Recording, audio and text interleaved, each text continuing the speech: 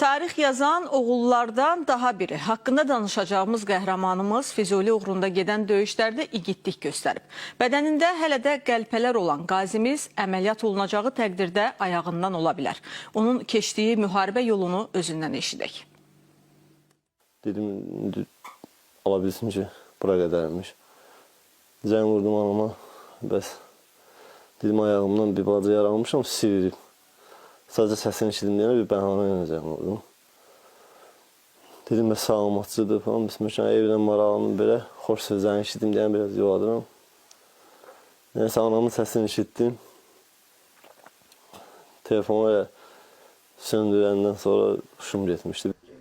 Tali yazanı heç kəs silə bilməz. Anası ilə danışan zaman huşunu itirsə də, ayılanda Füzuli Diaqnostika Mərkəzində olduğunu öyrənir. Yaşadığını bilən zamanda həyat onun üçün yenidən başlayır.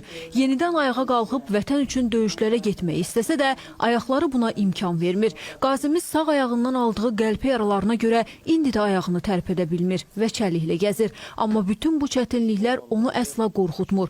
Deyir, təki vətən sağ olsun. Bizim qələbəmiz mənim bütün çətinliklərimi, ağrılarımı, acılarımı, əziyyətlərimi unutturur. Erməni əsgərləri dolu bir 60-70 nəfər heyəti olan səngər qarşımıza çıxdı. Biz onlarla başladıq döyüşməyə. 17-18 nəfər heyətləri qalmışdı ki, göydən minamyot ateşi ilə başladılar bizi vurmağa. Bizdə say tərkibi 70-80 nəfər olardı ki, onlarla vuruşurduq. Həmin ana qədər bizdən xəsarət alan yox idi. Mirzə Həsənin qardaşı Əsəd hərbiçidir. Döyüşlərdə qardaşının yaralanması xəbərini eşidib, döyüş əzmi daha da yüksəlib.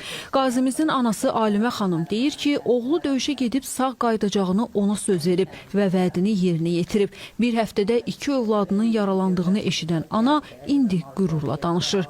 Xəbər çatdı, bəs minəyə düşüb. Gördüm, bunu da çəkiblər telefona, amma uşağın ayaqlarını çəkmiblər. Şəkili qardaşım hələ yolda ola-ola mən üçün kamerayı açıb, özümüzü öldürürük və uşağın ayaqlarını niyə çəkməmişsiniz? Demək, minə uşağımın ayaqlarını götürüb. Gecə saat 1-ə işləyirdi, gördüm, qardaşım deyir, yox, gözlə, ayaqlarını da sənsin çəkib göndərərəm. Sonra gördüm, hə, yox, onun ayaqlarını çəkib göndərdilər, Allah sənə şükür olsun. Qazimizin atası dünyasını dəyişəndə onun 3 yaşı olub. 2 ildir ki, nişanlı olan, fəhləli yetməklə evinin bünövrəsini qoyan Qazimizin bir istəyi var. O da özündə güc taparaq yenidən yarımçıq qalan işlərini tamamlamaq.